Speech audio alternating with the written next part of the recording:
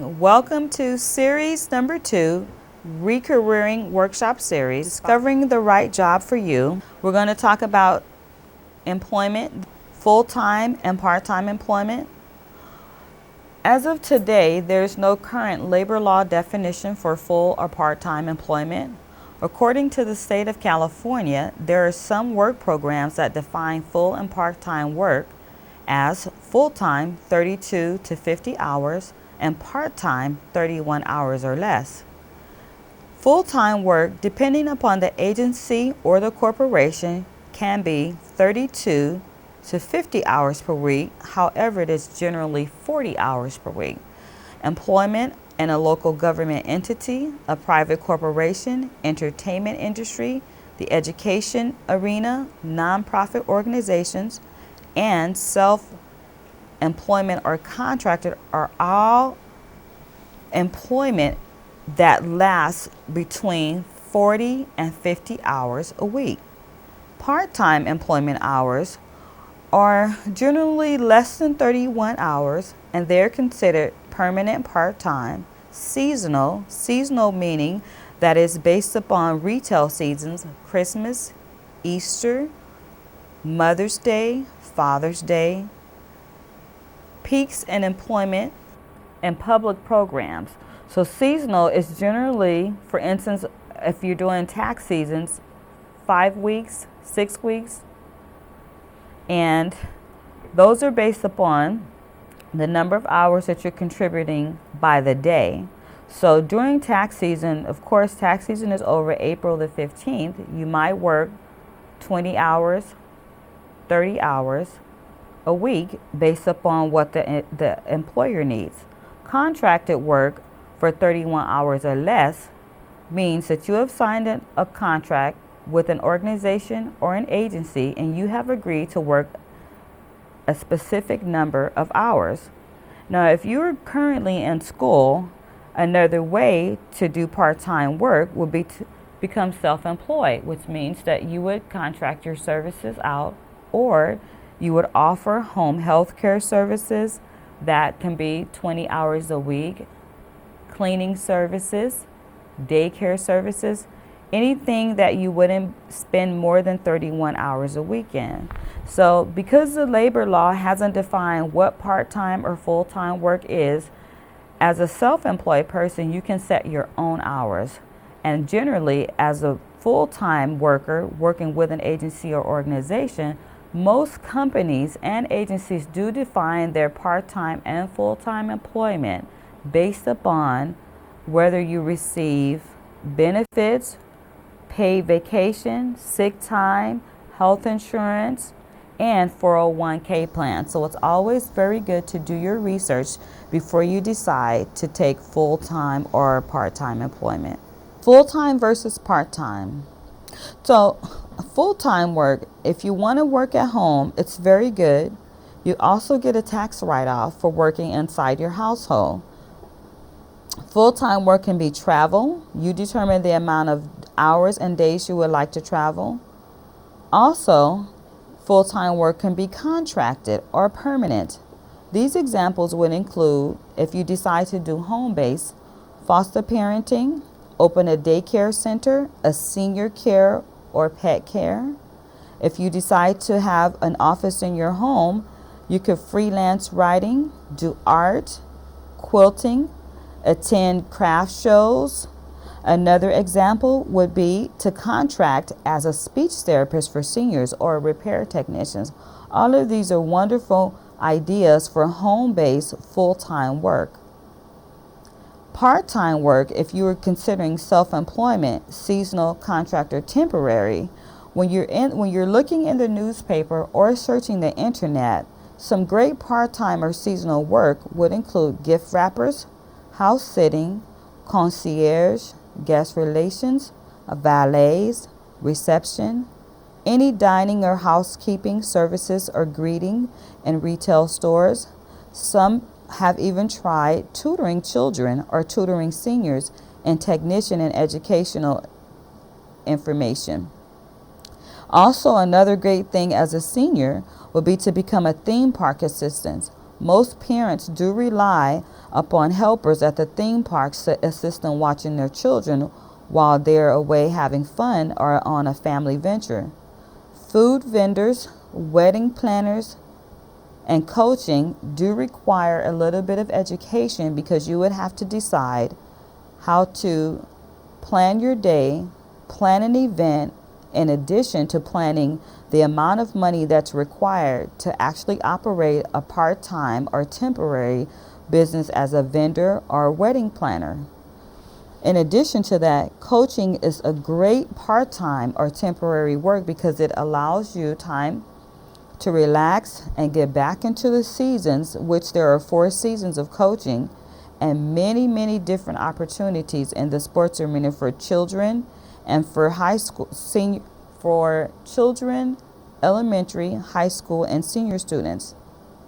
If you're into media, a great part-time work will become an usher.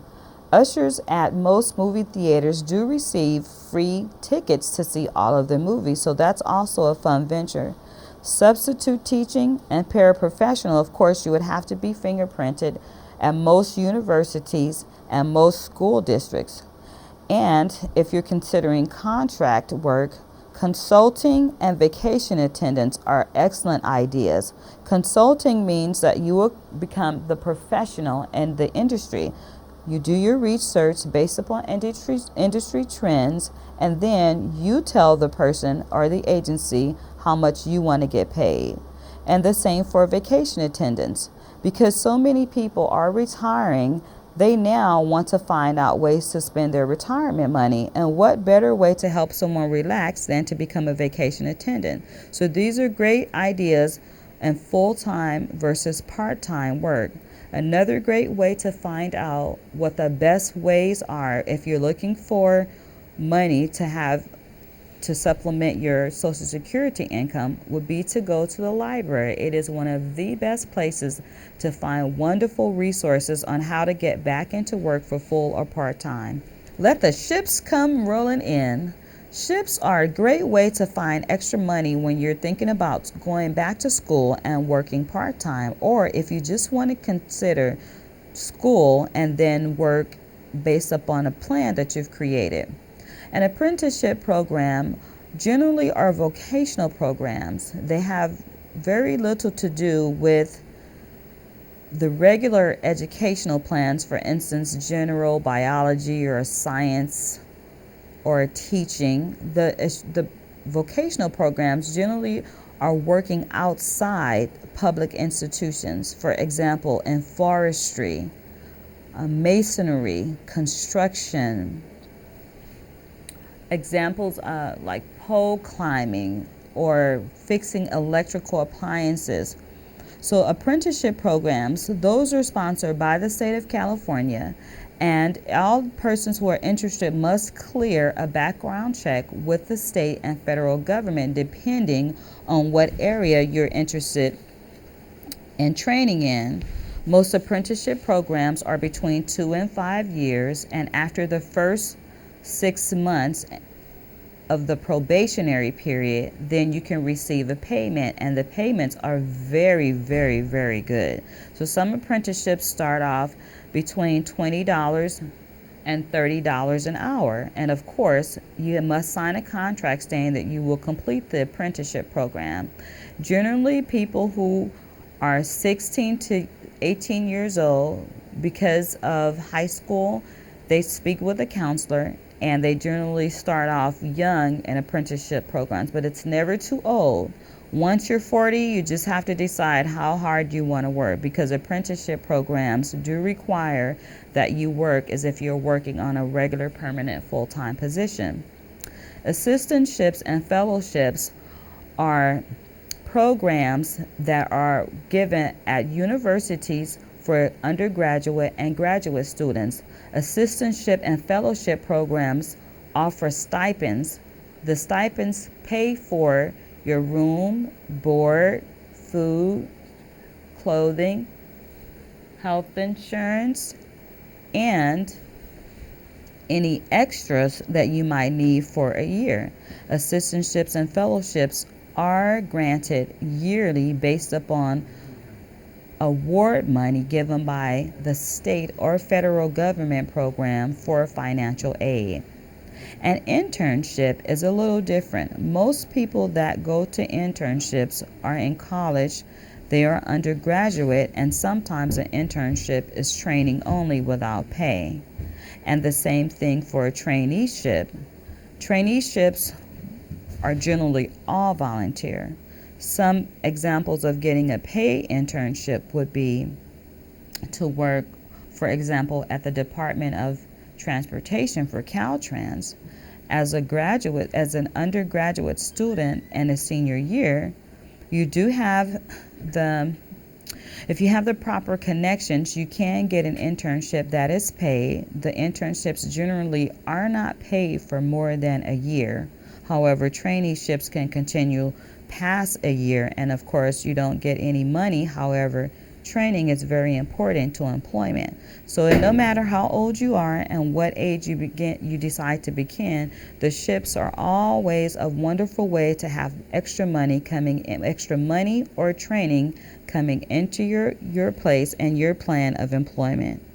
One of the best websites for employment for the state of California is edd.ca.gov. On EDD's the Employment Development Department website is the labor market information. On the labor market information website, there's an overview with career information, the economical forecast, the data library, a customer center, and information to contact the labor market industry professionals. If you're looking for information on a career, there are links in addition to what the trends are, occupational guides, job search tools, the local area profile, which means that in any area you're interested in working. For instance, if you've retired and you want to leave one city and go to another city, the local area profile will tell you, based upon an analysis, how many people have come into the city or have left the city and what you could probably earn as a returning person to a specific career. So that's one of the best websites. Another great way to add money to your pockets or to your 5-year plan is to become an entrepreneur. Now, becoming an entrepreneur takes careful planning because you become the boss. So you have to plan how much time you want to start and begin your business. So if you want to take 3 months, then of course you have 3 months of research, and then you're able to launch your business in the 4th month. So of course you have to choose people that are going to go with the vision of your business and decide if you want to work with people or if you want to work as a sole proprietor. Now, the basic structure when you're deciding to become an entrepreneur would be to form a corporation or a regular company. We'll go into detail about what they are. Entrepreneurs work in corporations, limited liability companies, limited partnerships, general partnerships, limited liability partnerships, or sole proprietor and contractor. Since 1977, S corporations have been the most popular form of corporate tax return filed with the IRS. S corporations are much easier to begin than the regular C corporations. Now, like the standard C corporation, S corporation shields owners' personal assets from unpaid debits. So, of course, it's the most likely one that people will choose. Businesses that operate traditionally in litigious industries such as manufacturing, food, consumer products generally seek limited liability benefits of a standard C corporation, the S corporation, or a limited liability of an LLC. Shareholders of any corporation must be U.S. residents in a state or certain trusts and partnerships. Ambitious entrepreneurs who receive equity funding from international corporations